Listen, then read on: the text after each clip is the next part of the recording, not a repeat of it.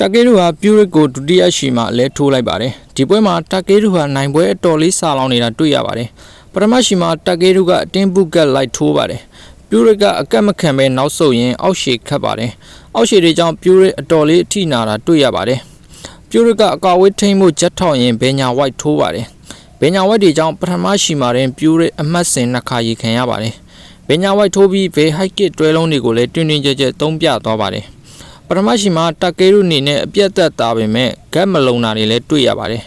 ပြူရစ်ရဲ့လက်သီးတွေကမတိကျလို့သာအထိမနာတာပါဒုတိယရှိမှာပြူရစ်ကအောက်ရှင်နဲ့အပါကတ်တွေသုံးပြီးတံပြန်လာနိုင်ပါတယ်ဒါပေမဲ့တိတ်မကြလိုက်ပါဘူးတာကေရုရဲ့အောက်ရှင်မိပြီးဘယ်ရှည်တော့နာသွားပါတယ်ဒါကြောင့်စတန်ပြောင်းထိုးရတာကြောင့်အောက်ရှည်အပါကတ်တွဲလုံးတွေကမထွက်တော့ပါဘူးဒီနောက်မှာတော့တာကေရုဟာလိုကစ်ဟိုက်ကစ်တွေသုံးပြီးတော့ပွဲကိုဖျက်လိုက်ပါတယ်ပွဲပြီးမှာနောက်ပွဲဟာသူ့ရဲ့နောက်ဆုံးပွဲဖြစ်တာကြောင့်ရော့ထန်နဲ့ထိုးကျင်တယ်လို့ပြောသွားပါတယ်ရော့ထန်ရဲ့ကျေးဇူးတော်ရှင်ကြီးပါ